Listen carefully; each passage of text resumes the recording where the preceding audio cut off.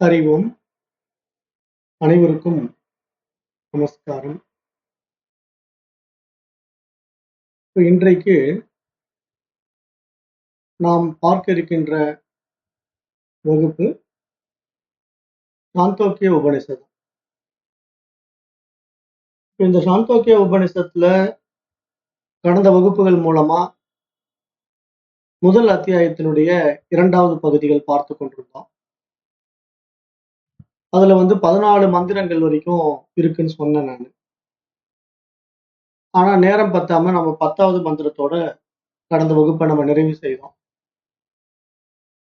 அதுல அந்த 10வது மந்திரத்துல ஆங்கிரச தியானம் என்ற ஒரு தியான முறையும் பார்த்தோம்.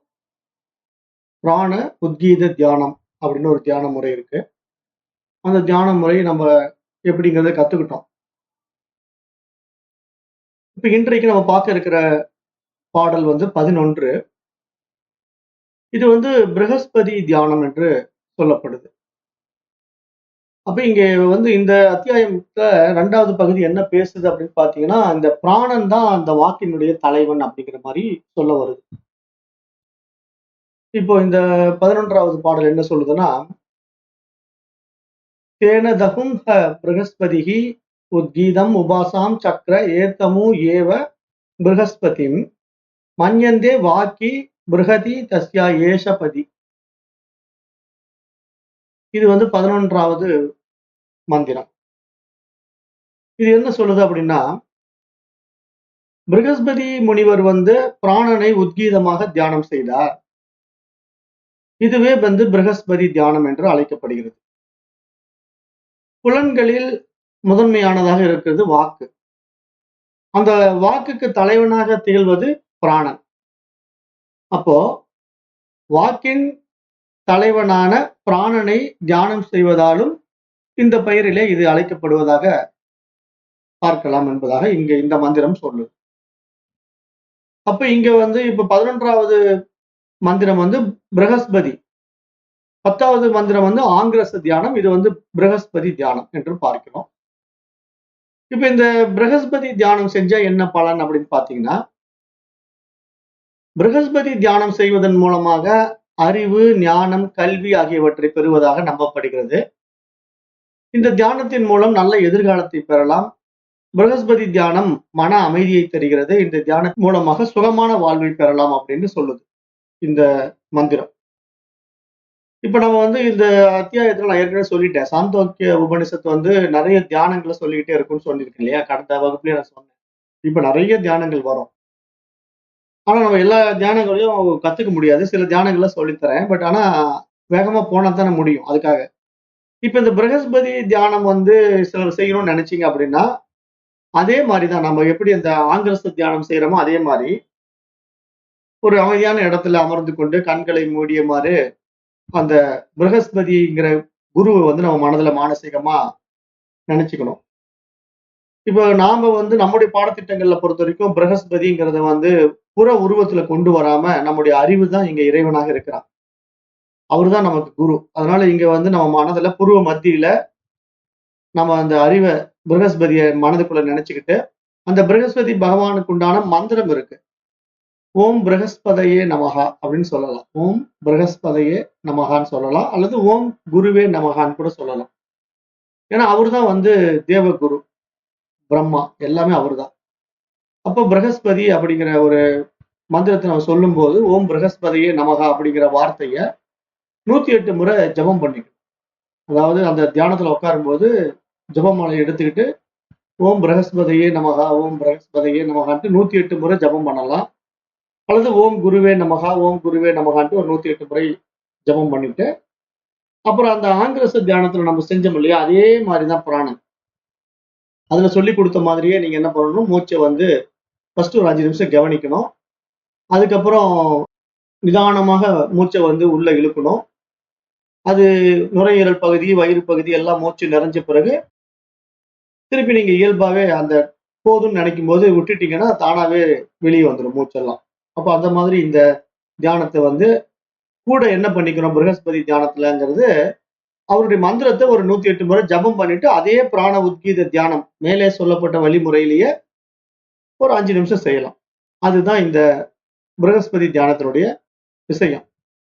அப்ப இந்த பிரகஸ்பதி தியானம் வந்து என்ன பண்ணுது அப்படின்னா, சுவாசம், மனம், உடல் ஆகிய 3ஐயும் ஒருங்கிணைத்து செய்யும்போது நல்ல எண்ணங்கள் நம்ம இடத்துல உருவாகும். தொடர்ந்து தியானம் செய்யும் பொழுது நமக்கு நல்ல அறிவாற்றலும், நல்ல ஒரு ஞானமும் நமக்கு உண்டாகும். இந்த மாதிரி அத்தியாத்ம கல்வியில தடை இல்லாம நம்ம பயணிக்க முடியும் அப்படிங்கிறத இது சொல்ல வருது. அது இந்த தியானத்தினுடைய பலன். இது வந்து 11வது பாடல். அடுத்தது ஆயாஸ்ய தியானம் என்ற ஒரு தியானம் இருக்கு. இது வந்து பிராணனை வந்து வாய் வழியாக வெளியேற்றுவது அப்படிங்கிற முறையில இன்னொரு தியானத்தை சொல்லுது. இது வந்து 12வது மந்திரம் சொல்லுது. அது என்ன சொல்லுது அப்படின்னா, தேனதகும் ஆயாஸ்ய உத்கீதம் உபாசாம் சக்கர ஏத்தமு ஏவ ஆயாஸ்யம் மன்யந்த ஆஸ்யாத்யத் அயதே. இது என்ன சொல்லுது? ஆயாஸ்ய முனிவர் அப்படின்னு ஒரு முனிவர் இருந்தார். அவர் பிராணனை உத்கீதமாக தியானம் செய்தார். இதுவே ஆயாஸ்ய தியானம் என்று கூறப்படுகிறது என்று இந்த மந்திரம் சொல்லுது. அப்ப நம்ம இங்க கவனிச்சு பார்க்கும்போது என்ன புரியுதுன்னா, ஒவ்வொரு ரிஷிகளும் அந்தந்த தியானத்தை செய்யும் போது அவர்களுடைய பெயர்லயே அது அழைக்கப்படுகிறதுங்கிறத நம்ம பார்க்கிறோம். இப்போ ஆங்கிரிச முனிவர் செய்யும் போது ஆங்கிரிச தியானம், பிரகஸ்பதி செய்யும் போது பிரகஸ்பதி தியானம், இப்ப ஆயாசிய முனிவர் செய்யும் போது ஆயாசிய தியானம். இப்படிதான் ஒவ்வொரு முனிவருடைய பெயர்லயே அந்த தியானம் வந்து அழைக்கப்படுவதாக நம்ம பார்க்க முடிகிறது. அப்ப இந்த தியான வழிமுறைகள் வந்து நம்ம ஏற்கனவே சொன்ன அதே வழிமுறை மட்டுமே நம்ம இங்க நடைமுறைப்படுத்தினா போதும். வேறு சில தியானங்கள்ல வந்து ஓம்காரமும் சேர்த்து செய்ய வேண்டியது இருக்கும். ஓம்காரமும் சேர்த்து செய்ய வேண்டிய தியான முறைகள்லாம் இருக்கு. ஆனா பொதுவா நம்ம வந்து இந்த பிராணனை வந்து தியானம் செய்கின்ற முறை வந்து அந்த உத்கீத தியானம் என்று இந்த பகுதி, இந்த சாந்தோக்கிய உபநிஷத்தினுடைய முதல் அத்தியாயத்தினுடைய 2வது பகுதி பேசினாலும், அந்த ஒவ்வொரு முனிவர்களும் அவர்களுடைய வழியில தியானம் செய்து அந்த பலனை வந்து பெற்றதாக பார்க்கப்படுது. அப்ப இந்த விஷயம் என்ன சொல்ல வருது அப்படின்னு பாத்தீங்கன்னா, அந்த முனிவர்கள் வந்து அவரவர்களுடைய நிலைப்பாட்டுல இருந்து அதை செய்யறாங்க அப்படிங்கும்போது, அதுல சில மாற்றங்களையும் அவர்கள் செய்திருக்கிறார்கள் அப்படிங்கிறத நம்ம பார்க்க முடியுது. அப்ப ஏன் அந்த மாற்றங்களை செய்து அந்த தியானத்தை அவர்கள் செய்கிறார்கள் அப்படின்னு பார்க்கும்போது, இது போன்ற தியானங்கள் வந்து ஒரு சரியான குருவினுடைய வழிகாட்டுதலோட நாம கத்துக்கணும். அதை கத்துக்கிட்டு தான் நம்ம அதை சரியான செய்ய வேண்டும். ஏன் அந்த மாதிரி நம்ம வந்து குருவினுடைய வழிகாட்டுதலோட கத்துக்கிட்டு செய்யணும் அப்படின்னா, இங்க ஒவ்வொருத்தருடைய மனப்பான்மை ஒவ்வொரு மாதிரி இருக்கும். மனிதர்களுடைய மனோபாவங்கள் வந்து ஒவ்வொருத்தரும் ஒவ்வொரு விதமா இருப்பாங்க இல்லையா? ஏன்னா அவரவர்கள் எப்படிப்பட்ட எண்ணங்களை ஏற்றி வைத்துக் கொண்டிருக்கார்களோ அப்படியுடைய வாழ்க்கையில அவங்க இருப்பாங்க. அப்ப அவங்க குருவை அணுகும்போது, குரு அவர்களுடைய மனோபாவத்தை பார்த்து அவர்களுக்கு வந்து இந்த தியானத்தை செஞ்சா உங்களுக்கு எளிமையா இருக்கும் அப்படின்ட்டு சில விஷயங்கள அதுல மாடிஃபை பண்ணி கொடுப்பாங்க. அதாவது தியானம் செய்யறதுல சில மாற்றங்களை செய்து கொடுப்பாங்க. அப்ப அந்த மாதிரி தியானத்தை அவங்க நடைமுறைப்படுத்தினா தான் அந்த தியானம் வந்து அவங்களுக்கு கைகூடும் அப்படிங்கிறத நம்ம பார்க்கிறோம். அதனாலதான் ஒவ்வொரு முனிவர்களும் அந்த தியானத்தை செய்யும்போது சில சின்ன சின்ன மாற்றங்கள் பண்ணிக்கிறாங்க அப்படிங்கிறத நம்ம பார்க்கிறோம்.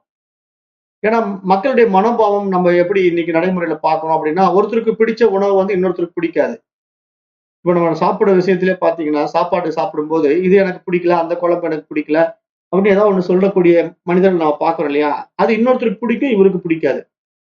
அதே மாதிரி ட்ரெஸ்ஸிங் சென்ஸ் எடுத்துக்கிட்டீங்கன்னா, ஒருத்தருக்கு இந்த மாதிரி ட்ரெஸ் போட்டா தான் பிடிக்கும், அந்த மாதிரி ட்ரெஸ் போட்டா பிடிக்காது.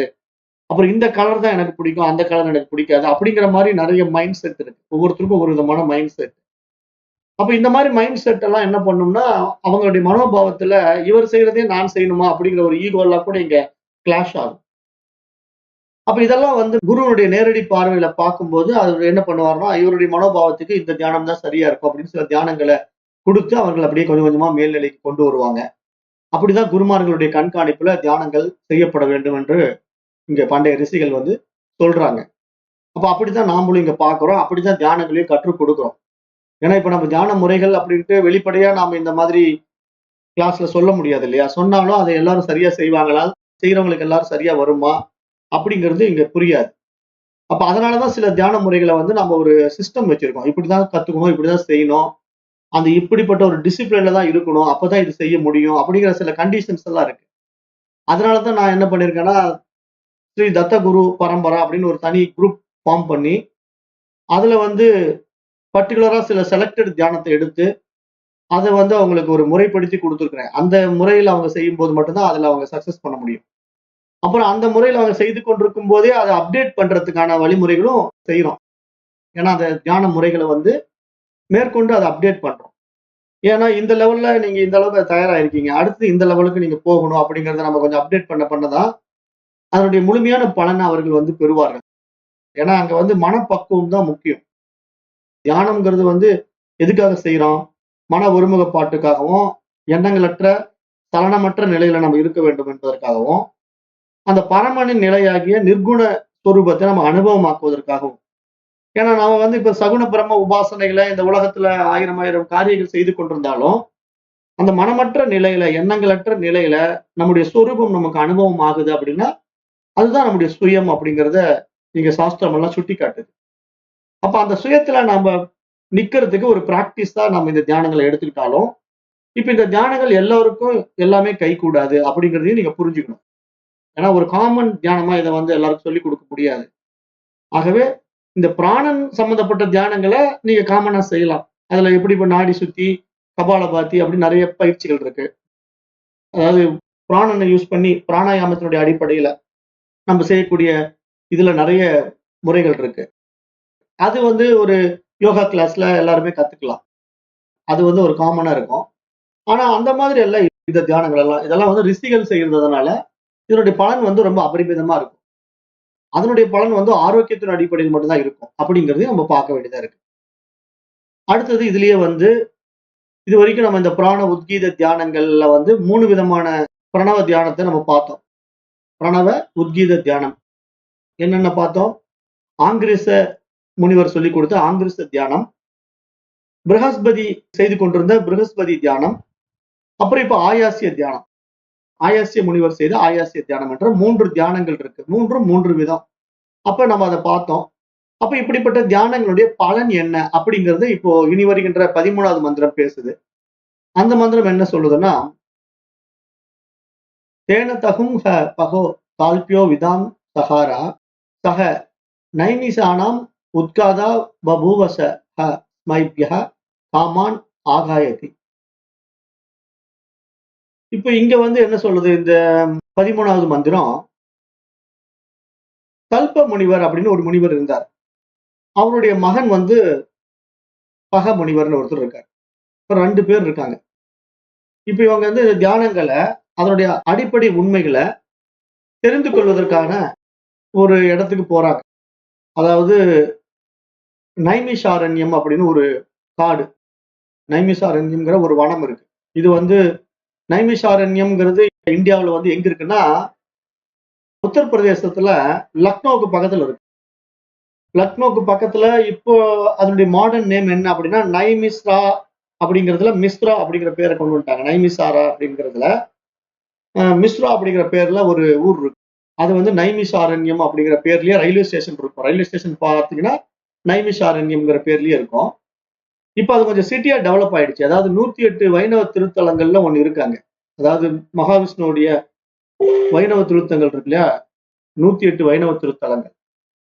அந்த 108 வைணவ திருத்தலங்கள்ல ஒண்ணுதான் நைமிஷாரண்யம் அப்படிங்கிறது. இந்தியாவுல உத்தரப்பிரதேசத்துல லக்னோவுல இருந்து ஒரு 90 கிலோமீட்டர் பயணம் பண்ணணும்.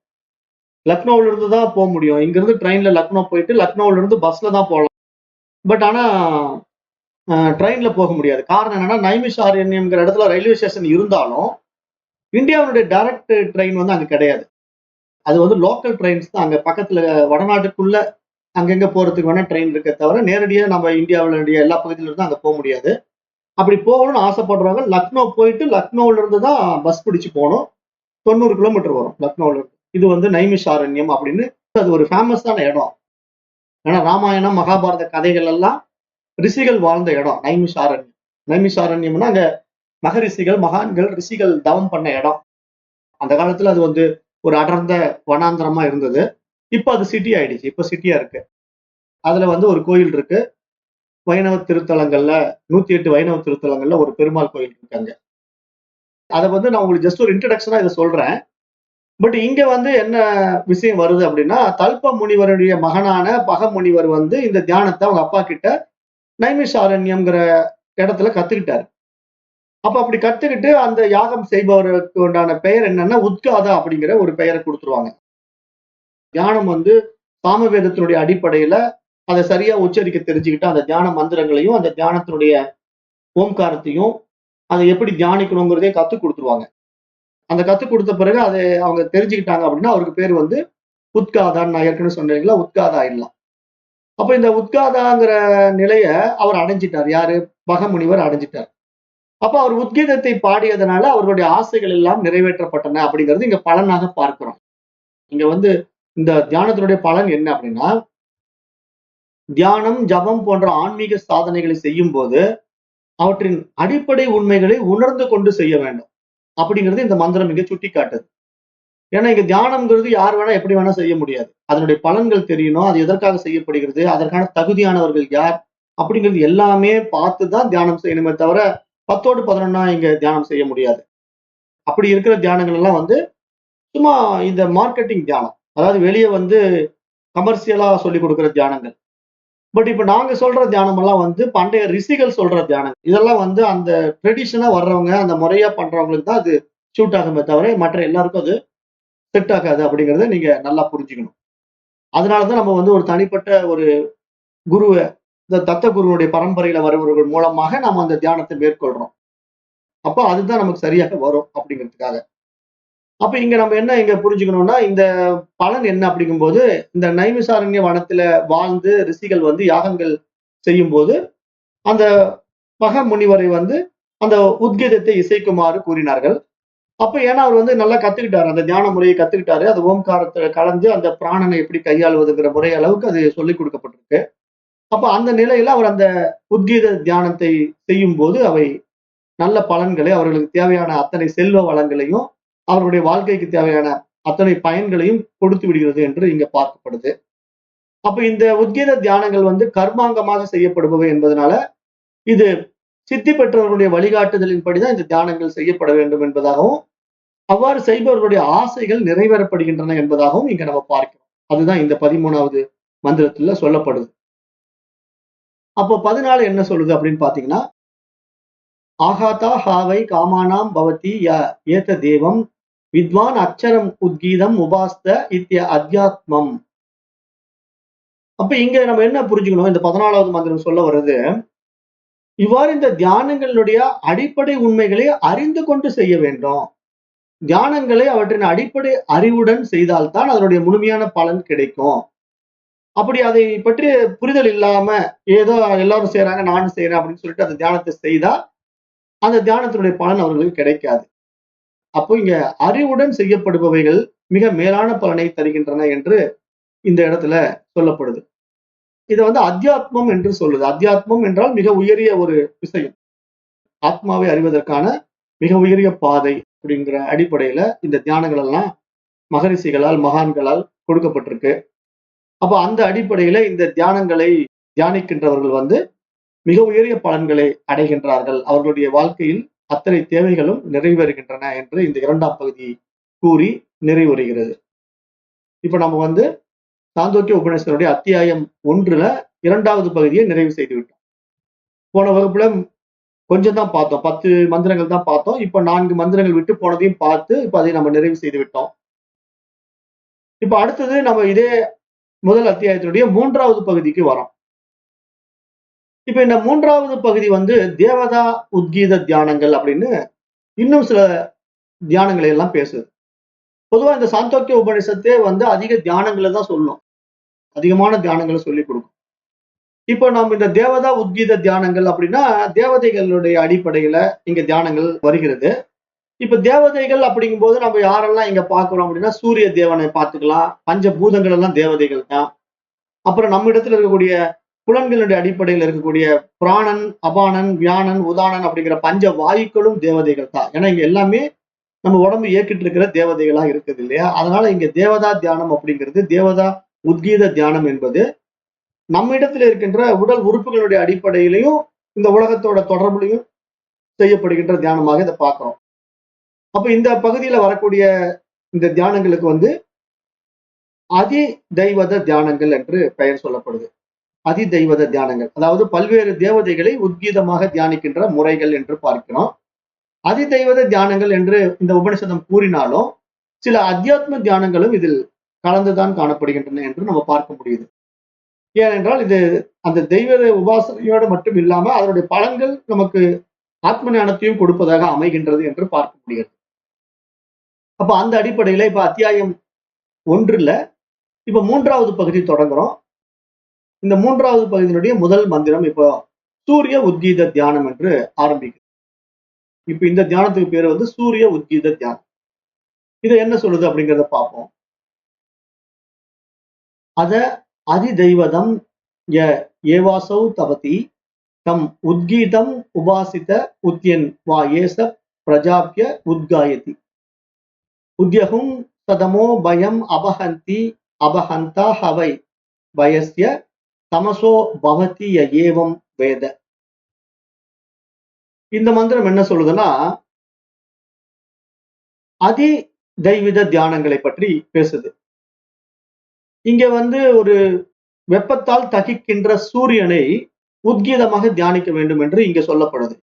இங்க வந்து சூரிய தியானமாக இதை பார்க்கிறது. சூரிய உத்கீத தியானம் என்பதாக இதை பார்க்கிறோம்.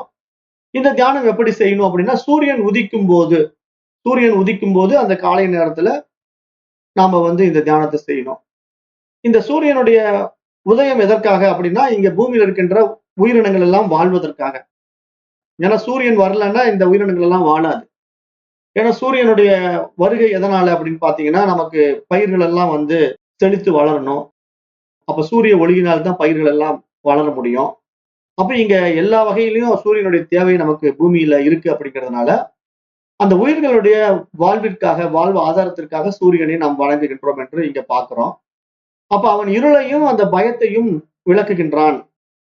அந்த சூரியனை தியானிப்பதனால நம்முடைய மனதினுடைய அஞ்ஞான இருளையும் நம்முடைய மனதில் இருக்கின்ற பயத்தையும் போக்கி இந்த நல்ல விஷயத்தை அந்த சூரிய தியானம் நமக்கு கொடுக்குது. அப்ப இந்த மாதிரி ஒரு சூரிய தியானத்தினுடைய பலனை யார் அறிகிறானோ அவனிடமிருந்து இருளும் பயமும் விலகுகின்றன என்று இந்த மந்திரம் சொல்லுது. அப்ப இது எப்படி அப்படின்னா, சூரியன் வந்து உதித்தெழுகிறான். உத்கீதம் என்று, அதாவது சாமகானத்தில் இசைக்கப்படுகின்ற ஓங்கார மந்திரம் உச்ச ஸ்வரத்திலே எழுப்பப்படுகின்றது. இந்த மந்திரத்துல வந்து ஓம்காரம் தான் இங்க முக்கியமா எடுத்துக்கிறாங்க. ஓம்காரத்தை எப்படின்னா, ஒரு சாமகானத்தினுடைய அடிப்படையில அந்த ஓம்ங்கிற உச்சரிப்பை வந்து உச்ச ஸ்வரத்துல எழுப்பப்படும்.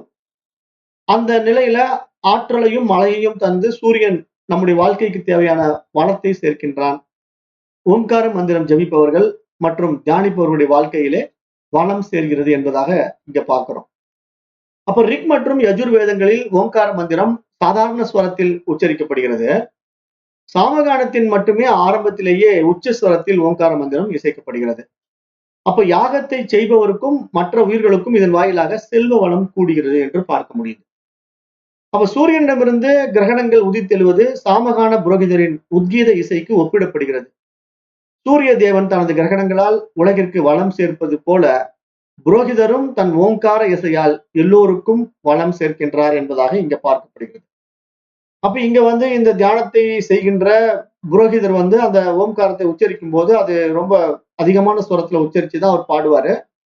அப்ப அந்த மாதிரி அவர் பாடி அந்த தியானத்தை மேற்கொள்வதற்கான ஒரு சூழ்நிலையை அவர் உருவாக்கும் போது, சூரியன் எப்படி இந்த பயிரினங்களுக்கெல்லாம் வாழ்க்கையை கொடுக்குதோ அது மாதிரி இவர் வந்து புரோகிதர் இந்த ஓம்கார இசையதுனால நம்முடைய வாழ்க்கையிலே எல்லாருடைய வாழ்க்கையிலும் செல்வ வளத்தையும் சேர்க்கிறார் என்றது இங்க சொல்ல வருது. அப்ப சூரியன் உதித்தெழும் போது இருள் எவ்வாறு விலகுகிறது, அப்பொழுது நம்முடைய பயம் எப்படி அகல்கிறதோ அது போல இந்த ஓங்கார மந்திரம் அறியாமை இருளை அகற்றுகிறது, நம்முடைய சம்சார பயத்தை போக்குகின்றது என்பதாக இங்க பார்க்கிறோம். அப்ப வந்து இவ்வாறு பல ஒற்றுமைகள் இருப்பதனால சூரிய தேவனை உத்கீதமாக தியானிக்க செல்கிறது இந்த வித்தை. இந்த உண்மையை உணர்ந்து சூரிய உத்கீத தியானத்தை செய்பவனின் அறியாமை இருளும் சம்சார பயமும் அகல்கின்றன என்பதை நாம் இங்க பார்க்கிறோம். இப்ப இது வந்து சூரிய உத்கீத தியானம் என்று நம்ம பார்க்கிறோம் இல்லையா? அதே மாதிரி பிராண சூரிய உத்கீத தியானம் என்ற அடுத்த ஒரு தியானம் பேசுது. அது என்ன அப்படின்னா, பிராணனையும் சூரிய தேவனையும் உத்கீதமாக தியானிக்க வேண்டும். மனித பகுதியான பிராணனும் தேவசக்தியான சூரிய தேவனும் இந்த தியானத்தில் இணைவதால் இது அத்தியாத்ம அதி தெய்வத தியானம் என்பதாக பார்க்கப்படுகிறது. அப்ப இங்க வந்து இப்ப அடுத்த லெவல் என்னன்னா, இப்ப பிராணனையும் சேர்த்திக்கணும். அங்க வந்து உத்கீத தியானம் வந்து ஓம்காரத்தினுடைய அடிப்படையில செஞ்சோம், முதல் இதுல வரக்கூடிய மந்திரம். இப்ப இதுலயே வந்து பிராண சூரிய உத்கீத தியானம் என்று இன்னொரு தியானத்தை சொல்லி அதனுடைய மந்திரம் என்ன சொல்லுது அப்படின்னா, சமான உ ஏவாயம் சாசௌ ச உஷ்ணஹ அயம் உஷ்ணஹ அசௌ ஸ்வர இதிமம் ஆச்ச சயதே ஸ்வர இதி பிரத்யாஸ்வர இத்தியமும் தஸ்மாத்வா ஏதமிதம் அமுஞ்ச உத்கீதம் உபாசித்த. இந்த பாடல், இரண்டாவது பாடல் என்ன சொல்றதுன்னா, நம்முடைய உடலிலே செயல்படுகின்ற பிராணனும் வெளியே தகிக்கின்ற சூரிய தேவனும் இங்கு ஒன்றுதான் என்று சொல்லுது. ஒன்றே, இரண்டும் சூடாக உள்ளன, இரண்டும் ஸ்வரங்களாக உள்ளன. சூரிய தேவனை ஸ்வரம் என்றும் பிராணனை பிரத்யாஸ்வரம் என்றும் அழைக்கப்படுகிறது என்று இங்க இந்த இடத்துல சொல்லப்படுது. அப்ப என்ன இந்த இடத்துல நம்ம புரிஞ்சுக்கணும் அப்படின்னா, பிராணனையும் சூரிய தேவனையும் இங்க ஓம்காரமாக தியானிக்க வேண்டும். பல ஒற்றுமைகளின் காரணமாக இங்க பிராணனும் சூரியனும் இங்க ஒன்றாக கருதப்படுகிறார்கள் என்பதை நம்ம பார்க்கிறோம். அப்ப எந்த அடிப்படையில் இங்க சொல்ல வருது அப்படின்னு பார்த்தா, இப்ப நம்முடைய பிராணன் வந்து நம்முடைய உடம்புக்கு ஒரு சூடை கொடுக்குது இல்லையா? ஆனா நம்ம பிராணன் இருக்கிற வரைக்கும் தான் நம்ம உடம்பு வந்து சூட்டுல இருக்கும். ஓரளவுக்கு வெது வெதுப்பான சூடு இருக்கு இல்லையா நம்ம கிட்ட. ஆனா அதே வந்து நம்ம உடம்பை விட்டு பிராணன் வெளியேறி விட்டா நம்ம உடம்பு என்ன ஆயிடுது? குளிர தொடங்கி விடுகிறது. அப்போ ஐஸ் மாதிரி ஆயிடுது உடம்பு, சில்லுன்னு ஆயிடுது. அப்ப நிறைய பேர் பாத்தீங்கன்னா இறந்து போன பணத்தை தொட்டு பார்த்து என்ன சொல்றாங்க, இப்ப இவ்வளவு நேரம் இதுல பிராணன் இருந்தது, நல்லா உயிர்ந்தது, இப்ப உடம்புல இருந்து பிராணன் போயிடுச்சுங்க, அதனால உடம்பு வந்து சில்லுன்னு ஆயிடுச்சு அப்படின்னு சொல்றாங்க இல்லையா? அப்ப இதுல இருந்து நம்ம என்ன தெரிஞ்சுக்கணும்? வெளிய பிரபஞ்சத்துல வெப்பத்தை கொடுப்பது சூரியனாக இருப்பது போல, இங்க இந்த உடல் என்ற பிரபஞ்சத்துல வெப்பத்தை கொடுப்பது எது அப்படின்னா பிராணன் தான். அப்ப இங்க பிராணன் தான் நம்முடைய உடல் என்ற பிரபஞ்சத்துக்கு வெப்பத்தை கொடுக்கிறது. அப்ப இங்க பிராணன் சூரிய தேவனாகிய இருவரும் இங்க ஸ்வரங்களாக பார்க்கப்படுகிறார்கள் என்று பார்க்கிறோம். அப்ப ஸ்வரம் என்ற சமஸ்கிருத சொல்லிற்கு வந்து பல பொருள்கள் இருந்தாலும் இங்க வந்து இசையுடன் பாடப்படுவது அப்படிங்கிற அடிப்படையில நாம இங்க பார்க்கிறோம். ஏன்னா இங்க சாமகானத்தினுடைய அடிப்படையில தான் இந்த உபனிஷத் பேசுறதுனால, இப்ப இங்க வந்து அந்த பிராண உத்கீத தியானம் அப்படின்னு சொல்லும் போது, இங்க சூரிய தேவன் வந்து நம்ம தினசரி வந்து வந்து போகின்றான் இல்லையா? வருகிறான், போய்கிறான், மறைஞ்சு மறைஞ்சு போயிடுறான். அப்ப அவன் வருவதும் மறைவதும் எப்படி? அதாவது போனவன் திரும்பி வருகிறான். அதனால பிரதி ஆஸ்வரகா அப்படிங்கிற மாதிரி நம்ம பார்க்கிறோம் இல்லையா? ஆனா இந்த பிராணன் வந்து உடம்பை விட்டு வெளியே போயிடுச்சுன்னா அது திரும்பி வருவதில்லை. அப்ப இந்த கோணத்துல பிராணன் சூரிய தேவன் ஆகிய இரண்டுமே இங்க ஸ்வரங்களாக இருக்கிறதுனால, இந்த உத்கீதம் இசையுடன் பாடப்படுவதால இங்க ஸ்வரம் ஆகிறது. இத்தகைய ஒற்றுமை காரணமாக பிராணனையும் சூரிய தேவனையும் உத்கீதமாக தியானம் செய்ய வேண்டும் என்பதாக இந்த மந்திரம் சொல்லி நமக்கு இந்த விளக்கத்தை கொடுக்குது. அப்ப இப்ப நம்ம வந்து இந்த மூன்றாவது பகுதியில, முதல் அத்தியாயத்தினுடைய மூன்றாவது பகுதியில 2 மந்திரங்கள் பார்த்தோம். முதல் மந்திரம் வந்து சூரிய உத்கீத தியானம், இரண்டாவது மந்திரம் வந்து பிராண சூரிய உத்கீத தியானம் என்ற 2 விஷயங்கள் இருக்கு. இப்ப பிராண உத்கீத தியானத்துல பிராணனோட ஓம்காரமும் சேர்ந்துக்கும். அங்க வந்து சூரிய உத்கீத தியானத்துல ஓம்காரம் மட்டும் இருக்கும். அப்ப இந்த ஓம்காரத்தை மட்டும் நம்ம வச்சுக்கிட்டு அந்த சூரிய உத்கீத தியானத்தை எப்படி செய்யறது அப்படிங்கிற வழிமுறைகள் எல்லாம் சொல்லப்பட்டிருக்கு. ஆனா அதெல்லாம் நம்ம இங்க பார்க்க போறது இல்லை. அடுத்தது வியான உத்கீத தியானம். இப்ப வியானனை ஓம்கார மந்திரமாக தியானிப்பது எப்படி அப்படிங்கிறது இங்க சொல்லுது.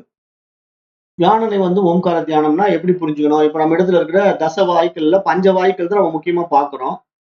பிராணன், அபானன், உதானன், சமானன், வியானன் அப்படிங்கிற 5 வாயுக்கள்ல இப்ப வியானன் அப்படிங்கிற இந்த காற்று இருக்கு இல்லையா? நம்ம உடம்புல வந்து 5 வாயுக்கள் இருக்கு. பிராணவாயு வந்து நமக்கு உள்ள போகிற சுவாச காற்றா இருக்கும். அபான வாயு வந்து நம்ம உடம்புல இருந்து வெளியே வருகின்ற மலக்காற்று.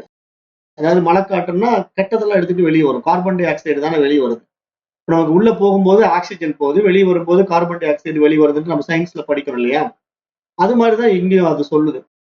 உள்ள போகும்போது நமக்கு பிராண காற்று வந்து நமக்கு உடம்பு ஆரோக்கியப்படுத்துவதற்காக போகுது. ஆனா வெளியே வரும்போது நம்ம உடம்புல இருக்கக்கூடிய தேவையில்ல கழிவுகள் எல்லாம் வெளியே எடுத்துட்டு வருது. அது மாதிரி நம்ம 5 பிராணங்கள் 5 விதமான வேலையை செய்யறதுல இந்த வியானன் அப்படிங்கிற ஒரு வாயு இருக்கு இல்லையா? அந்த வாயு வந்து நம்ம உடம்ப இயக்குவதற்கான ஒரு முக்கியமான வாயு. ஏன்னா இந்த வாயு தான் என்ன பண்ணுதுன்னா, நம்முடைய உள்ளங்கால்ல இருந்து உச்சந்தலை வரைக்கும் நம்ம உடம்புல இருக்கிற அத்தனை நரம்பு மண்டலங்களையும் இயக்குது. நம்ம உடம்புல இருக்கிற நரம்பு மண்டலங்களை பூரா இயக்கி அந்த நரம்புகளுக்கான அத்தனை சக்தியும் கொடுக்குது வந்து இந்த வியானங்கிற ஒரு காற்று தான் நம்ம உடம்புல இருந்து இத்தனை வேலையும் செய்யுது. சாதாரணமா நம்ம என்ன நினைச்சிட்டு இருக்கோம்? இப்போ சுவாசம் அப்படின்னா வெறும் பிராணன் தான் நம்ம கிட்ட இருக்குன்னு நம்ம நினைச்சிட்டு இருக்கோம். ஆனா இங்க நம்முடைய தர்மம், சனாதன தர்மத்துல வந்த மகான்கள், ஞானிகள் தான் இதெல்லாம் எடுத்து தெளிவா விளக்குறாங்க. ஏன்னா இங்க சயின்ஸ் வந்து 2 விஷயத்தை தான் பேசும். ஆக்சிஜன், கார்பன் டை ஆக்சைடு அப்படின்னு பேசும். அதுக்கு மேல சயின்ஸுக்கு தெரியாது. ஆனா சாஸ்திரத்துல ஞானிகளுக்கும் மகரிஷிகளுக்கும் 5 விதமான வாயுக்கள் நம்ம உடம்புல இருக்கு. ஒவ்வொரு வாயுக்களும் ஒவ்வொரு இடத்துல அது என்ன பலனை கொடுக்குது அப்படிங்கிற விளக்கங்கள் எல்லாம் யோகாவுல சொல்லப்பட்டிருக்கு. அதை நம்ம பார்த்துக்கிறோம். அப்ப இங்க இந்த மந்திரம் என்ன சொல்ல வருது? வியான உத்கீத தியானம் அப்படிங்கிறது 3ல இருந்து 5 வரைக்கும் இருக்கு. அதாவது 3, 4, 5 3 மந்திரங்கள் பார்க்க போறோம். இப்ப நம்ம 3வது மந்திரம் என்னன்னு பார்க்கலாம். அத்த கலு வியானம் ஏவ உத்கீதம் உபாசித யத்வை பிராணிதி ச பிராணோ யத் அபானிதி சோ அபானஹ. அதயः பிராணோ பானயோஹோ சந்திஹி ச வியானோ யோ வியானஹ ச வாக். தஸ்மாத் அப்ராணன் அபானன் வாசம் அபிவியஹரதி அப்படின்னு இந்த 3வது மந்திரம் சொல்லுது. அப்ப இதனுடைய பொருள் என்ன அப்படின்னு பார்க்கும்போது, இங்க வந்து இந்த வியானம்ங்கிற இந்த காற்று இருக்கு இல்லையா நம்ம உடம்புக்குள்ள, இதை வந்து ஓம்கார தியானமாக நம்ம இங்க பார்க்க வேண்டியதா இருக்கு. ஓம்காரம் தியானம் செய்வதை பற்றி இங்கு சொல்ல வருதுன்னு சொல்லுது. அப்ப இங்க எது வெளி மூச்சோ, அந்த வெளி மூச்சுன்னா வெளியிருந்து வாங்குறது அப்படி கணக்கு எடுத்துக்கணும். அதாவது வெளி மூச்சு அப்படிங்கறத வந்து சாதாரணமா வெளியே போற மூச்சுங்கிற மாதிரி புரிஞ்சுக்குவாங்க நிறைய பேரு. இங்க வெளி மூச்சுன்னா நம்ம இந்த உடம்புக்கு தேவையான சுவாச காற்றை வந்து வெளியிருந்து எடுக்கிறதுனால அந்த வெளி மூச்சு வந்து பிராணன்னு பேரு. நம்ம உள்ள இருந்து வெளிப்படுற மூச்சு இருக்குல்ல, உள் மூச்சு, நம்ம உள்ள இருந்து வெளியிருந்து வரக்கூடிய மூச்சு வந்து அபானன்னு பேரு. அப்ப பிராணன் மற்றும் அபானன் இந்த ரெண்டும் இணைகின்ற இடம் வந்து வியானன் என்று பெயர். அப்ப இங்க வந்து ஒரு நல்ல கை தேர்ந்த யோகிகள் இருக்காங்க இல்லையா, மகரிஷிகள், யோகிகள், ஞானிகள் எல்லாம் என்ன பண்ணுவாங்கன்னா, இந்த பிராண அபானன நம்ம இடகலை பிங்கலை அப்படிங்கிற அடிப்படையில எல்லாம் நம்ம வச்சுக்கிட்டு நடுமுனை, சுடுமுனை, நடுநாடி அப்படின்னு எல்லாம் பேசுவாங்க. அதாவது யோகாவில் வந்து இந்த பிராணாயாம வகுப்புகள்ல வர்றவங்க அதெல்லாம் ரொம்ப டீப்பா பேசுவாங்க. அது நிறைய விஷயங்கள் சொல்லி கொடுப்பாங்க. அப்ப அதுல இந்த வியானங்கிற இடம் வந்து இந்த 2 காற்றுகளும் இணைகின்ற இடத்துல இருக்கு. அப்ப இந்த வியானம் தான் இங்க வாக்கு என்பதாக பார்க்கப்படுது. எனவே வெளிமூச்சு விடாத மற்றும் உள்மூச்சு வாங்காத நிலையில் தான் ஒருவர் வந்து பேசவே முடியும் என்பதாக இங்க சாஸ்திரம் சொல்ல வருது. அப்ப நம்ம இதை கொஞ்சம் ஆழமா இங்க நம்ம கவனிக்கணும். அதாவது என்ன இங்க புரிஞ்சுக்கணும் அப்படின்னா, நம்ம வெளிமூச்சும் விடாத நிலை, உள்மூச்சும் வாங்காத நிலை அப்படின்னா நம்ம சுவாசமே பண்ணாத நிலை. சுவாசம் வந்து இயல்பா இருக்கக்கூடிய நிலை இருக்கு இல்லையா, அதுதான் நம்ம எந்த ஒரு வேலையும் செய்ய முடியும். அதுதான் வந்து இங்க வியானனுடைய நிலைப்பாடு அப்படிங்கிறது சொல்றோம். அதை நம்ம எப்படி புரிஞ்சுக்கலாம் அப்படின்னு நம்ம நடைமுறையில பாத்தீங்கன்னா, இப்போ வெயிட் எல்லாம் தூக்குறவங்க இருக்காங்கல்ல, பளு தூக்கும் ஆளுங்கள்லாம் இருப்பாங்க ஸ்போர்ட்ஸ்ல. அப்ப அவங்க என்ன பண்ணுவாங்கன்னா, வெயிட்டை தூக்கும் போது பாத்தீங்கன்னா மூச்சை தம் கட்டிக்குவாங்க. மூச்சை வெளியே விட மாட்டாங்க, உள்ளே இழுக்க மாட்டாங்க. அந்த மூச்சை தம் கட்டிட்டு அப்படியே அந்த எவ்வளவு பெரிய வெயிட்டை தூக்கணுமோ அதை அப்படியே தூக்கி நெஞ்சுக்கிட்ட கொண்டு வந்து அப்படியே தலைக்கு மேல தூக்கி நிறுத்துவாங்க. நிறுத்துற வரைக்கும் அவங்க மூச்சை வெளியே விட மாட்டாங்க, உள்ளேயும் கொண்டு போக மாட்டாங்க. அப்ப அங்க என்ன நீங்க புரிஞ்சுக்கணும், அங்க பிராணனும் இல்ல, அபானனும் இல்ல, ஆனா வியானன் இருக்கு. வியானன் வந்து கட்டுப்பாட்டுல இருக்கு, வெளிப்படாம அவங்க கண்ட்ரோல் இருக்கு. அதனால அந்த வியானனை வச்சுக்கிட்டு தான் வியானன் இயங்காத நிலைன்னு சொல்றோம். அதுக்கு பேர் வந்து வியானன் செயல்படாத நிலை என்று அர்த்தம். அப்ப அந்த வியானன் செயல்படாத நிலையில் தான் ஒன்றை சாதிக்க முடியும், அதாவது திறமையான வேலைகளை செய்ய முடியும். இப்ப இந்த வியானன் வந்து இயங்காத நிலையை வந்து யோகிகள் செய்யறாங்க. யோகிகள் என்ன பண்றாங்கன்னா, சுவாச காற்றை வந்து அதிகமா வெளியே விடுறதோ உள்ள இழுக்கிறதோ பண்ணாம சுவாசமே ஓடாத மாதிரி அவங்க தியானத்துல உட்காருவாங்க. அதீத தியானத்துக்கெல்லாம் போகும்போது மூச்சு வந்து வெளியும் போகாது, உள்ளேயும் இழுக்கப்படாது. அப்படி ஒரு நிலையை அடைவாங்க. அந்த நிலை என்ன நடக்கும் அப்படின்னா, ரொம்ப வெளிமூச்சு உள்மூச்சு போகாம அந்த வியானன் மட்டும் இயங்காம நின்னுடும். வியானன் இயங்காம நின்னா அவங்க என்ன பண்ணுவாங்க, அவங்க என்ன சாதிக்கணுமோ அதை சாதிப்பாங்க. அதுதான் இங்க சொல்ல வருது. அது மாதிரி இங்க வியானன்கிறது வாக்கு என்பதாகவும் இங்க சொல்லுது. இங்க வாக்கு என்ற செயல் எல்லா புலன்களின் செயல்பாடுகளையும் குறிப்பதாக பார்க்கப்படுது. அப்ப மூச்சை உள்ளிழுக்காத நிலையிலும் வெளியிடாத நிலையிலுமே எல்லா செயல்களும் நடைபெறுகின்றன. அப்ப மிகவும் ஆச்சரியமானதும் கவனிக்கத்தக்கதுமான உண்மை இது என்று இங்க உபதேசிக்கப்படுது. அப்ப இதை நம்ம நல்லா இங்க புரிஞ்சுக்கணும். இப்ப அதனாலதான் இப்ப நம்ம எல்லாம் ஓம்கார மந்திரம் தியானிக்கிறோம் இல்லையா, நம்ம கிளாஸ்ல இப்போ திரு தத்தகுரு பரம்பரால வந்து ஓம்கார தியானம் எல்லாம் இருக்கு.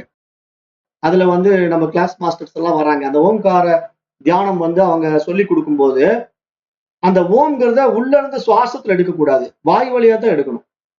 வாய் வழியா எடுத்தா ரொம்ப நேரம் சொல்லலாம். இப்போ ஃபார் எக்ஸாம்பிள் அது எப்படி சொல்லலாம் அப்படின்னா,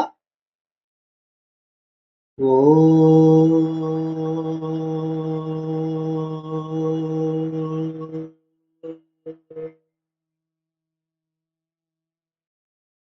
இந்த அளவுக்கு சொல்ல முடியும். ஆனா இதுவே நம்ம சுவாசத்துல எடுத்துட்டோம்னா ஓம் சொல்ல முடியாது. அப்போ வந்து ஓம் திக்கும் திணறும். அப்ப இது மாதிரி நம்ம சுவாசத்துல எடுக்காம அந்த உள்மூச்சும் வெளிமூச்சும் நடைபெறாம வியானன்ல செஞ்சிட்டீங்கன்னா, வியானன் அதாவது இயங்காத நிலையில ஓம்காரத்தை எடுத்துட்டோம்னா அந்த ஓம்காரத்தை ரொம்ப நேரம் நாம சொல்ல முடியும் அப்படிங்கிறத இங்க சொல்லி கொடுக்குது இந்த உபனிஷத்து.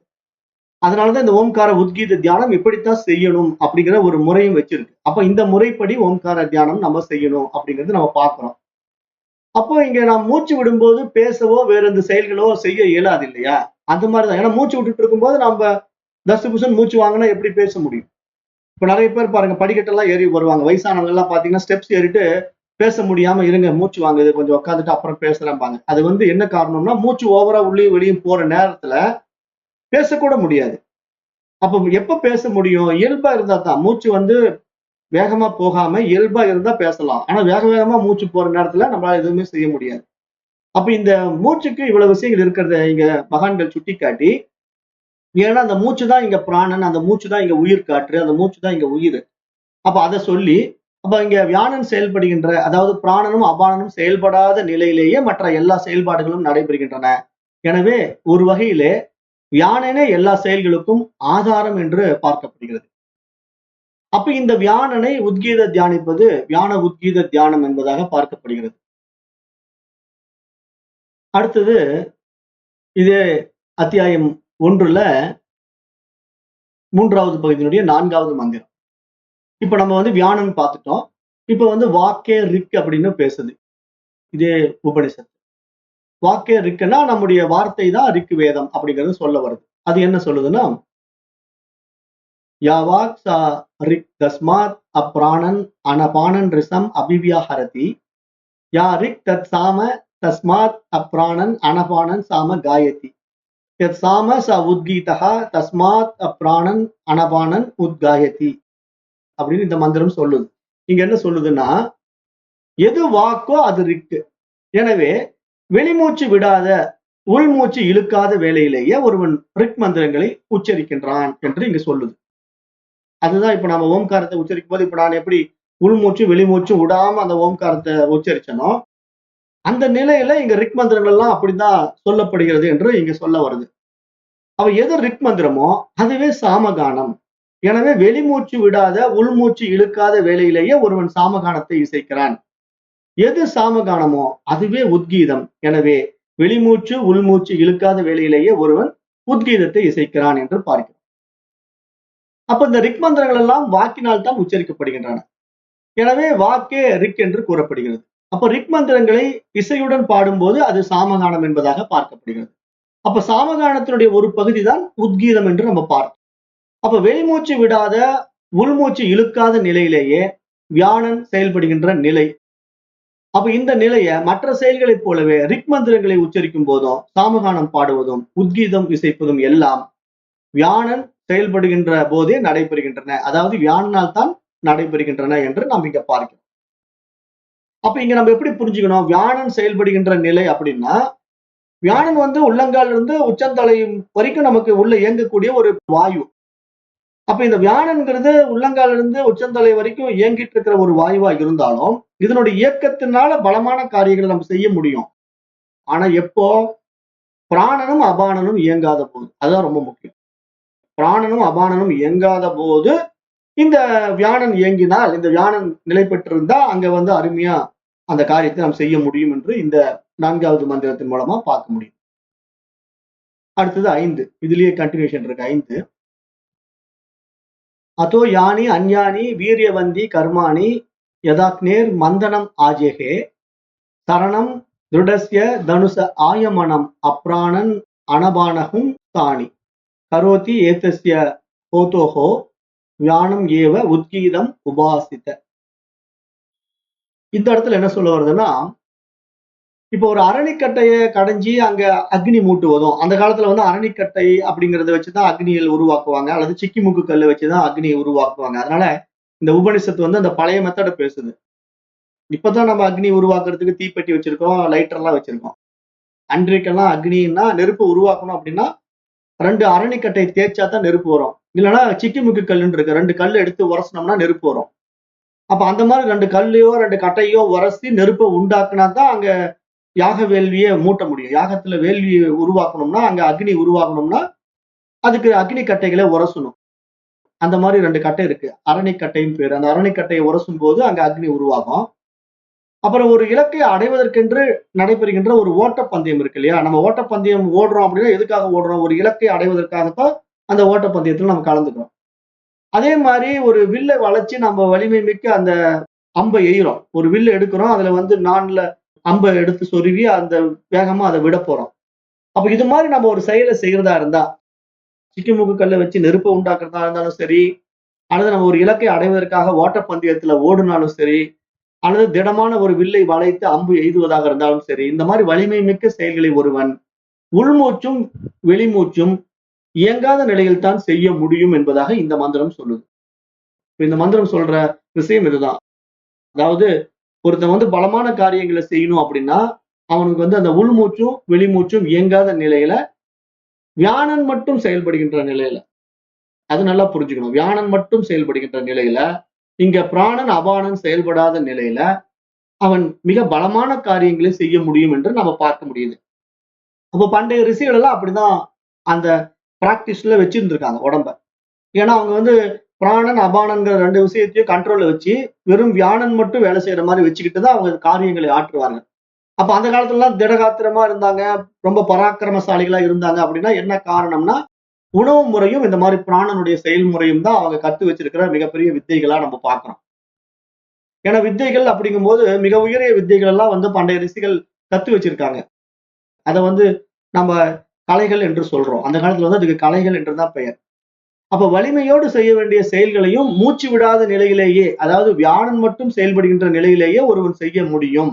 இப்படி செயல்களின் ஆதாரமாக இருப்பதினாலே வியாழனையே ஒருவன் உத்கீதமாக தியானிக்க வேண்டும் என்பதாகவும் இங்க நம்ம பார்க்கிறோம்.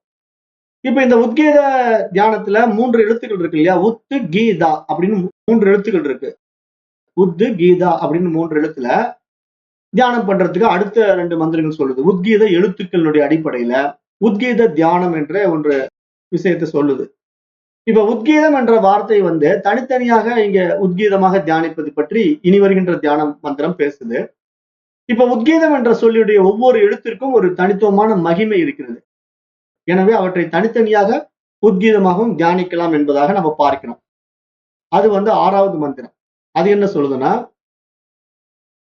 அத கலு அக்ஷராணி உபாசித உத்கீத இதி பிராண ஏவ உத் பிராணேன ஹி உத்திஷ்டதி வா கீர்வாசோக கிர இத்யா சக்ஷதே அன்னம் தமன்னே ஹி இதகும் சர்வகும் சிதம் அப்படின்னு இந்த மந்திரம் 6வது மந்திரம் சொல்லுது. இது என்ன சொல்லுதுன்னா, அந்த உத்து கீ தா அப்படின்னு 3 பிரிக்குது. உத் கீ தா அப்படின்னு 3 எழுத்து தனித்தனியா பிரிச்சு இந்த உத்து எழுத்து தனியாவும் கீங்கிற எழுத்து தனியாவும் தா என்ற எழுத்துக்களையும் தனித்தனியாக வைத்துக் கொண்டு தியானிக்க சொல்லுது. அப்படி பார்க்கும்போது எப்படி தியானிக்க சொல்லுதுன்னா, இங்க பிராணன் தான் உத்துங்குது. பிராணன் உத்து, ஏனெனில் பிராணனாலேயே ஒருவன் எழுகின்றான் அப்படின்னு இங்க சொல்ல வருது. அப்புறம் வாக்கே வந்து கீங்குது, ஏனெனில் வாக்கினால் தான் அவன் சொல்லை கையாள முடிகின்றது. அப்புறம் உணவே வந்து தா என்றது. ஏன்னா உணவு தா என்று ஏன் சொல்லுதுன்னா, உணவினாலேயே எல்லாம் நிலை பெறுகின்றன அப்படிங்கிற அடிப்படையில இங்கு பிராணன், வாக்கு, உணவு அப்படிங்கிற 3 விஷயத்தை எடுத்துக்கிட்டு உத்து கீ தா அப்படிங்கிற 3 எழுத்துக்களையும் இங்க பயன்படுத்துது. அப்ப உத்கீதம் என்ற சொல், அதாவது உத்து கீ தா அப்படிங்கிற எழுத்து பிரிக்கப்படுகிறது. அப்ப இங்க சமஸ்கிருதத்துல ஒரு வார்த்தை இருக்கு, உத்திஷ்டதி அப்படின்னு ஒரு வார்த்தை இருக்கு. அந்த உத்திஷ்டதி அப்படின்னா எழுகிறான் என்ற அர்த்தம். சுப்ரபாதத்துல கூட உத்திஷ்டதின்னு வரும். ஏன்னா உத்திஷ்டதிங்கிற வார்த்தை வந்து எழுப்புதல், எழுந்திருத்தல், எழுகிறான் அப்படிங்கிற அடிப்படையில வருகின்ற சமஸ்கிருத வார்த்தை. அப்ப திஷ்டதி என்றால் அமர்ந்திருப்பது. அந்த உத்து சேரும் போது எழுந்திருப்பது என்று அது மாறிவிடுகிறது. ஆகவே அமர்ந்திருக்கின்ற திஷ்டதியில் இருக்கக்கூடியவர்கள் உத்திஷ்டதி என்கும் போது அவர்கள் எழுந்து விட வேண்டும் என்பதாக இங்க சொல்லப்படுது இல்லையா? சுப்ரபாதத்துல வெங்கடேச பெருமானுக்கு பாடும்போது உத்திஷ்டதின்னு வருதோ அந்த வார்த்தை தான் இங்க சொல்லப்படுது. சமஸ்கிருத வார்த்தை எடுத்து இங்க சொல்லப்பட்டு, ஏன்னா உங்களுக்கு புரியறதுக்காக அந்த சுப்ரபாதத்தை சொல்றேன். ஏன்னா அதெல்லாம் கேட்டிருப்பீங்க இல்லையா? அதுல இருக்கக்கூடிய வார்த்தை. அப்போ திஷ்டதி என்றால் அமர்ந்திருப்பது, உத்து என்று சேரும்போது உத்திஷ்டதி என்று மாறினால் எழுந்திருக்கிறது, எழுந்திருத்தல் அப்படிங்கிற அர்த்தத்துல புரிஞ்சுக்கணும். எதற்காக இது இங்க சொல்லுது அப்படின்னா, பிராணன் நமக்கு எழுந்திருப்பதற்கு தேவை, இல்லைன்னா நம்ம எழுந்திருக்கவே முடியாது. அப்ப எழுவதற்கான ஆற்றல் அந்த பிராணன் என்பது உத் என்று இங்கு அழைக்கப்படுகிறது. அதே மாதிரி கீங்கிறது வாக்கு, சொல். அப்ப இங்க சமஸ்கிருதத்துல கிரஹ அப்படிங்கிற வார்த்தை வந்து பயன்படுத்தப்படுகிறது. அப்ப இந்த கிரஹ அப்படிங்கிற வார்த்தை தான் கீயாக மாறி அந்த கீ என்றால் வாக்கு என்று இங்கு பார்க்கப்படுகிறது என்பதாக இங்க சுட்டி காட்டப்படுது. அப்புறம் ஆதாரம் என்பதற்கான சமஸ்கிருத சொல் வந்து த அப்படின்னு அர்த்தம். தான்னா அதாவது ஒரு நிலையானது, ஆதாரமாக இருக்கிறது அப்படின்னு சொல்ற வார்த்தையை எடுத்து சமஸ்கிருதத்துல இங்க யூஸ் படுத்தலாம். உத்கீதா அப்படிங்கிற வார்த்தையில தா என்றால் ஆதாரம் என்பதாக இங்க பார்க்கப்படுகிறது. அப்ப இங்க அனைத்து உயிர்களுக்கும் எது ஆதாரமாக இருக்கிறது அப்படின்னு பார்த்தா உணவு தான் ஆதாரமாக இருக்கிறது. அப்ப இங்க தா என்றால் உணவு என்று இங்க பொருள்படுகிறது என்று இங்கு சொல்லப்படுது. அப்ப இங்க உத்கீதம் என்ற சொல்லின் ஒவ்வொரு எழுத்தையும் ஓம்காரமாக தியானிக்கும் போது பிராணன், வாக்கு, உணவு ஆகியவற்றை இங்கு ஓம்காரமாக தியானிக்க வேண்டும் என்பதாக இந்த மந்திரம் சுட்டிக்காட்டு. இதுவரைக்கும் நம்ம என்னென்ன பார்த்தோம் ஞாபகப்படுத்திக்கலாம். சூரிய உத்கீத தியானம், பிராண சூரிய உத்கீத தியானம், அப்புறம் வியான உத்கீத தியானம். அதற்கு பிறகு வந்து வாக்கு வாக்குதான் ரிக் என்ற அடிப்படையில இங்க வாக்குக்கான ஒரு வியான உத்கீத தியானம். அப்புறம் அடுத்தது வந்து வெறும் உத்கீத எழுத்துக்கள் உத்து கி தா அப்படிங்கிற 3 எழுத்துக்களுடைய அடிப்படையில் வருகின்ற தியானம் எல்லாமே ஓம்காரத்தினுடைய அடிப்படையில இங்க உத்கீத தியானமாக இதெல்லாம் பார்க்கப்படுகிறது. இப்ப அடுத்தது தேவதைகளுடைய அடிப்படையில உத்கீத தியானத்தை பேசுது. இப்ப அந்த தேவதையினுடைய அடிப்படையில என்ன பேசுதுன்னா சொர்க்கம், பித்ருலோகம், பூலோகம், சூரியன், வாயு, அக்னி, சாமவேதம், யஜுர்வேதம், ரிக்வேதம் ஆகிய 9 தேவதைகளாக பாவிக்கப்பட்டு அவர்களை உத்கீதத்தின் எழுத்துக்களாக தியானிக்கின்ற வித்யை இது என்று பார்க்கப்படுது. அப்ப இங்க நம்ம பார்க்கக்கூடிய வித்யை என்ன அப்படின்னு பாத்தீங்கன்னா தேவதா உத்கீத தியானம் என்று பார்க்கிறோம். அப்ப இங்க என்ன இந்த மந்திரம் சொல்லுது அப்படின்னு பார்க்கும்போது ஜௌஹு ஏவ உத் அந்தரிக்ஷம் கி பிருத்திவி தமாதித்ய ஏவ உத் வாயுர்கீஹி அக்னிஸ்தகும் சாமவேத ஏவ உத் யஜுர்வேதோ கீர் ருக்வேதः தம் துக்தே அஸ்மை வாக்தோகம் யோ வாஷோ தோகः அன்னவான் அன்னாதோ பவதி ய ஏதான் ஏவம் வித்வான் உத்கீத அக்ஷராணி உபாஸ்த உத்கீத இதி. இந்த மந்திரம் இந்த 7வது மந்திரம் என்ன சொல்லுதுன்னா அதே மாதிரி பிரிக்குது. அந்த மூணு விஷயம் எப்படி உத்து கீ தியா அப்படின்னு நம்ம பிரிச்சு உத்கீத தியானம் பண்றோமோ அது மாதிரி இங்க சொர்க்கமே உத்து, பித்ருலோகம் வந்து கீ, பூமிங்கிறது தா அப்படிங்கிற 3 எழுத்துக்கள் எடுத்து இங்க 3 விஷயங்களை சொல்லுது. சொர்க்கத்துக்கு உத்த போட்டுக்குது, பித்ருலோகத்துக்கு கீ போட்டுக்குது, பூமிக்கு தா போட்டுக்குது. அதே மாதிரி சூரியன், வாயு, அக்னின்னு 3 விஷயத்தை எடுத்துக்குது. சூரியனுக்கு உத்து போட்டுக்குது, வாயுவுக்கு கீ போட்டுக்குது, அக்னிக்கு தா போட்டுக்குது. அதே மாதிரி 3 வேதங்கள் எடுத்துக்குது. சாமவேதம், யஜுர்வேதம், ரிக்வேதம் எடுத்துக்குது. சாமவேதத்துக்கு உத்து, யஜுர்வேதத்துக்கு கீ, ரிக்வேதத்துக்கும் தா. இப்ப இந்த உண்மைகளை இப்படி பிரிச்சு பார்த்து இதை உணர்ந்து உத்கீதத்தின் உத்கீதா அப்படிங்கிற 3 எழுத்துக்களை யார் ஓங்காரமாக தியானம் செய்கிறானோ அவனுக்கு வாக்கின் பலனை தருகிறது. அவன் ஏராளமான உணவை பெறுகிறான், நன்கு உணவு உண்பவன் ஆகின்றான் என்றால் அவன் வளமான வாழ்க்கையை வாழ்கின்றான் என்று இங்கு நாம் பார்க்க முடிகிறது என்று சொல்லுது. அப்ப இங்க என்ன இப்ப நாம் இந்த தியான முறைகள் எல்லாம் நம்ம பார்த்துக்கிட்டு வரோம் அப்படின்னா இப்ப நீங்க இதெல்லாம் கேட்கும்போது என்னடா இதெல்லாம் புதுசா இருக்குதே, ஒண்ணுமே புரிய மாட்டேங்குதே, ஒரு குழப்பற மாதிரி ஏதோ சொல்லிட்டு இருக்காங்களேங்கிற மாதிரி தோணும். ஆனா இதெல்லாம் ரிஷிகள் வந்து இந்த மாதிரி முறைகள் எல்லாம் கையாண்டு தியானங்களை நடைமுறைப்படுத்தினார்கள் அப்படிங்கறத இங்க இந்த சாந்தோக்கிய உபநிஷத்தினுடைய விஷயங்கள்ல பாக்குறோம். அப்ப இங்க அந்த தியான முறையில உத்கீத தியானம்ங்கிறத ஓம்காரத்தை மையமா வைத்து செய்யப்படுகிறது. அதுல கூட என்னென்னலாம் சேர்த்த முடியுங்கிறத இவ்வளவு விஷயங்களை இந்த உபநிஷத் சொல்லுது. பிராணனை சேர்த்தலாம், ரிக்கு வேதத்தை சேர்த்தலாம், அப்புறம் அதே மாதிரி லோகங்கள்ல சொர்க்கலோகம், பித்ருலோகத்தை சேர்த்தலாம், பூமி சேர்த்தலாம். இதெல்லாம் வந்து என்னவா பார்க்கப்படுது, தேவதைகளா தான் பார்க்கப்படுதுன்னு சொல்லுது. ஏன்னா லோகங்கள் அப்படிங்கிறது நம்ம எங்கேயோ இருக்குது அப்படிங்கிறது நம்முடைய பாடத்திட்டங்கள்ல கிடையாதுன்னு நான் ஏற்கனவே சொல்லியிருக்கேன். ஏன்னா இங்க நம்முடைய அத்தியாத்ம யோக பாடத்திட்டத்துக்குள்ள வந்துட்டா நீங்க எங்கேயோ இறந்து போய் சொர்க்கலோகத்துக்கு போறோம் அல்லது இறந்து போய் பித்ருலோகத்துக்கு போறோம் அப்படிங்கிறதெல்லாம் இங்கு கிடையாது. ஏன்னா இங்க வேதம் வந்து ரொம்ப தெளிவா அதெல்லாம் கிளியரா சொல்லிடுது. ஏன் அது எல்லாம் வச்சிருக்காங்க அப்படின்னா ஆரம்ப நிலையில மக்களுக்கு சில விஷயங்களை புரிய வைக்கணுங்கிறதுக்காக அதெல்லாம் வச்சிருக்காங்க. அப்ப நம்ம கொஞ்சம் படிநிலையில பயணம் பண்ணி தான் அதெல்லாம் நம்ம புரிஞ்சுக்க முடியும். அப்ப இங்க வந்து கடைசியில் அதெல்லாம் என்னவா சொல்லுது, தேவதைகளா சொல்லி சொர்க்கம், பித்ருலோகம், பூமி, சூரியன், வாயு, அக்னி, சாமவேதம், யஜுர்வேதம், ரிக்வேதம் ஆகிய இந்த விஷயங்களை 3 பிரிச்சு இதுக்கான எழுத்துக்களை எப்படி போடுது, உத்து கீதா அப்படிங்கிற 3 எழுத்துக்களை போட்டு அதோட தியான பலன்ல சொல்லுது. அப்ப வாக்கின் பலனாக வளமையை அவனுக்கு தருகிறது. நல்வாக்குள்ள உயர்ந்த மந்திரங்களை உச்சரிப்பதே வாக்கு சக்தியின் பலன் என்பதாக பார்க்கப்படுகிறது. அப்ப மந்திரங்களில் மிக மேலான மந்திரமாக ரிக்வேத மந்திரங்கள் இருக்கின்றன. அந்த ரிக்வேத மந்திரங்களை உச்சரிக்கின்ற ஆற்றல் இந்த தியானம் செய்வதால் கிடைக்கிறது என்று இங்கு சொல்ல வருது. அப்ப நம்ம இங்க என்ன புரிஞ்சுக்கணும்? இப்ப ரிக்வேத மந்திரத்தை உச்சரிக்கின்ற ரிக்குகள் இருக்காங்க இல்லையா? ரிக்குகள்னா வேத விற்பனர்கள். இப்ப வேத விற்பனர்கள் வந்து ரிக்கு மந்திரத்தை வந்து அவ்வளவு ஈஸியா படிச்சிட முடியாது. அதுக்கெல்லாம் ட்ரைனிங் வேணும். சும்மா நம்ம எல்லாரும் பாட முடியாது ரிக்வேத மந்திரங்கள் எல்லாம். அப்ப ரிக்வேதத்தை வந்து உச்சரிக்கக்கூடிய ட்ரைனிங்குக்காகவே அவங்க போய் கிளாஸ் அட்டன் பண்ணுவாங்க. அந்த கிளாஸ் அட்டன் பண்ணும்போதே இந்த தியானத்தையும் கத்துக் கொடுத்துருவாங்க. அப்ப இந்த தியானத்தையும் அவங்க கத்துக்கிட்டாதான் அவங்களால அந்த ரிக்கு மந்திரத்தையும் உச்சரிக்க முடியும். ஏன் அந்த ரிக்கு மந்திரத்தை அவங்களால உச்சரிக்க முடியும்னா, அந்த உச்சரிப்புல என்னென்ன வித்தைகள் அவங்க செய்வாங்க அப்படின்னா, உள்மூச்சும் வெளிமூச்சும் விடாம வியானங்கிற விஷயத்திலேயே எல்லாத்தையும் கையாளுவாங்க. அதான் அவங்க கிட்ட இருக்கிற சிறப்பு.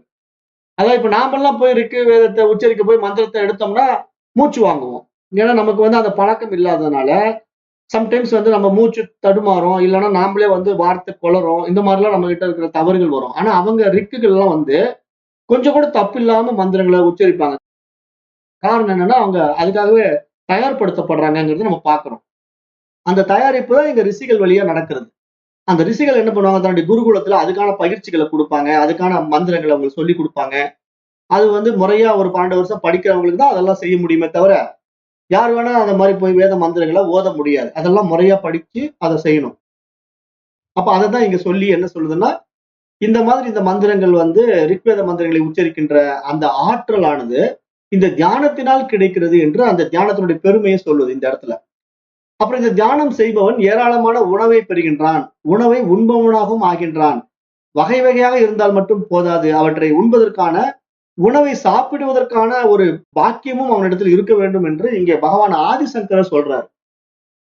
பகவான் ஆதிசங்கரர் தன்னுடைய பாஷ்யத்துல இந்த விஷயத்தை படிக்கும்போது, இந்த மந்திரத்தை படிக்கும்போது என்ன சொல்றாரு அப்படின்னா, இப்ப வந்து இந்த மந்திரத்தினுடைய பலாபலனா என்ன சொல்லுது? அவன் நல்ல உணவு கிடைக்கும், நல்லா சாப்பிடுவான் அப்படின்னு சொன்ன உடனே நாம என்ன நினைப்போம், ஏன்னா இது ஒரு பலனா, இதை போய் இவன் மந்திரத்தை சொல்றதுனால சாப்பாடு கிடைக்கிறது ஒரு பெரிய பலனா நம்ம ஒரு அலட்சியமா நினைக்கிறோம்.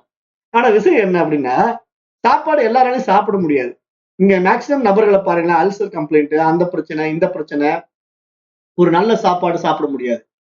அவங்களுக்கு என்னன்னா அந்த சாப்பிட்டா சேராது, ஜீரண சக்தி ஆகாது, ஜீரணம் ஆகாது. அப்ப இந்த மாதிரி வயிறுல 1008 பிரச்சனை வச்சுக்கிட்டு எங்க போய் சாப்பிடுறது? வெளியே போய் ஒரு நாள் ஹோட்டல்ல சாப்பிட்டா மறுநாள் ஒத்துக்கிறது இல்ல. அப்படிப்பட்ட வயிறு வச்சிருக்கிறவங்க எல்லாம் இருக்காங்க. அப்ப இதெல்லாம் என்ன காரணம்? அந்த உடல் ஒத்துழையாமை தான் காரணம்.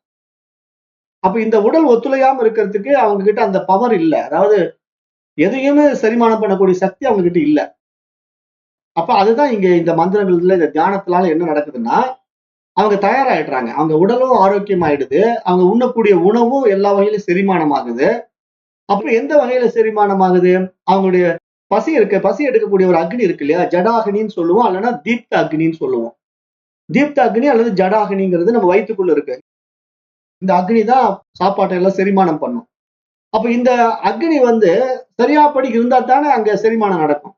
அந்த அக்னி வந்து தூண்டப்பட்டு வச்சிருக்கணும் இல்லையா? இப்ப நம்ம வெளியே வந்து நமக்கு வெளிச்சம் வேணும்னா நம்ம எப்படி ஒரு விளக்க வந்து தூண்டுகோலை வச்சு தூண்டுறோம். அப்பதானே ஒரு பிரைட்னஸ் கிடைக்கும் அந்த ரூம்ல.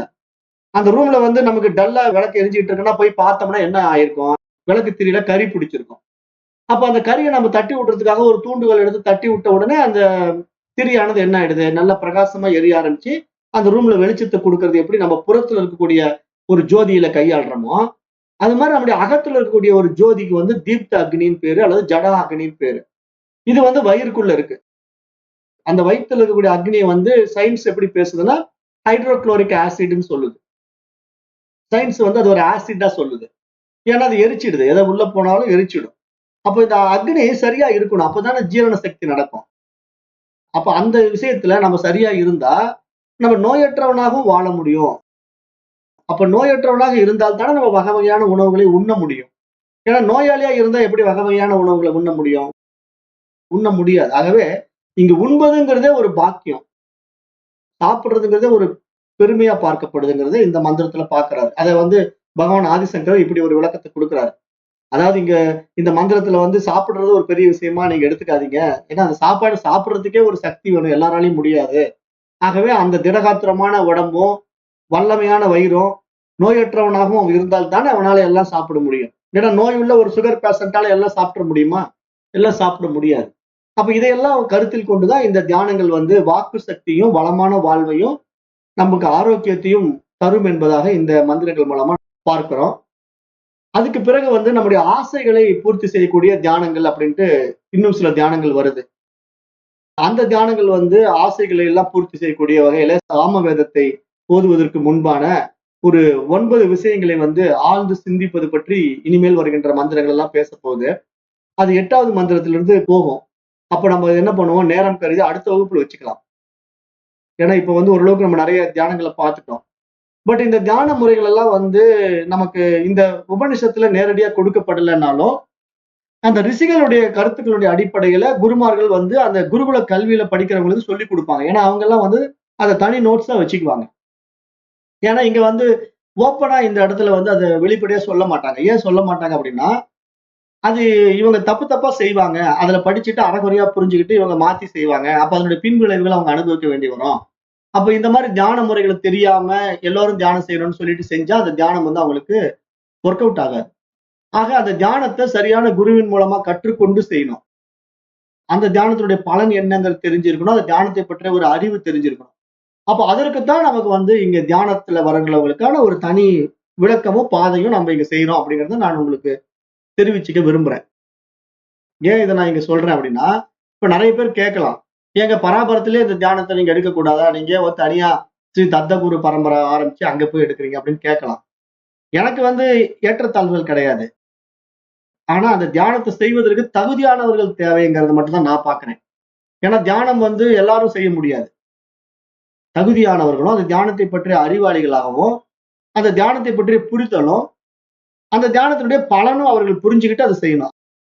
அதுக்கான சரியான நபர்கள், அதுக்கான நேரம் எல்லாம் இருக்கு. இப்ப பிரம்ம தியானம் வந்து நம்ம செய்யறோம் அப்படின்னா அது இரவும் பகலும் ஒன்றாகுகின்ற நேரத்துல செய்யணும். அப்ப அது எப்போ காலையில 6 மணிக்கு ஏர்லி மார்னிங் 6 o'clock செய்யணும். அப்புறம் ஈவினிங் வந்து 6:30 to 7 அப்பதான் அந்த இருளும் பகலும் ஒன்றாக சேருகின்ற நிலை. இத வந்து பகவான் ரமண மகரிஷி சொல்வாரு. ராப்பகல் இல்லா வெட்டவெளி தன்னில் விளையாடலாம் வா அருணாச்சலா அப்படின்னு ஒரு பாட்டு இருக்கு. ரமண மகரிஷியுடைய பாடல். ராப்பகல் இல்லா வெட்டவெளி தன்னில் விளையாடலாம் வா அருணாச்சலா. ஏன்னா அவர் அருணாச்சலத்துல இருந்ததுனால சிவபெருமான அருணாச்சலா அப்படின்னு பாடுவார் இல்லையா? அந்த பாடல்ல அவர் ஒரு விஷயத்தை இங்க கோட் பண்றாரு. என்ன கோட்டிங்? ராப்பகலில்லா வெட்டவெளி. அங்க இரவும் இல்ல பகலும் இல்ல. ஆனா வெட்டவெளி இருக்குது. அதுதான் இறைநிலை. அப்போ நம்ம இந்த தியானம் பிரம்ம தியானம் அப்படிங்கறத நம்ம செய்யணும் அப்படின்னா அங்க இரவும் இருக்கக்கூடாது பகலும் இருக்கக்கூடாது. அந்த நிலையில தான் அந்த பிரம்ம தியானத்தை நம்ம செய்யணும். அப்போ நம்ம வந்து பகல்ல உட்கார்ந்து செஞ்சா பலன் கொடுக்காது, இரவுல உட்கார்ந்து செஞ்சா பலன் கொடுக்காது.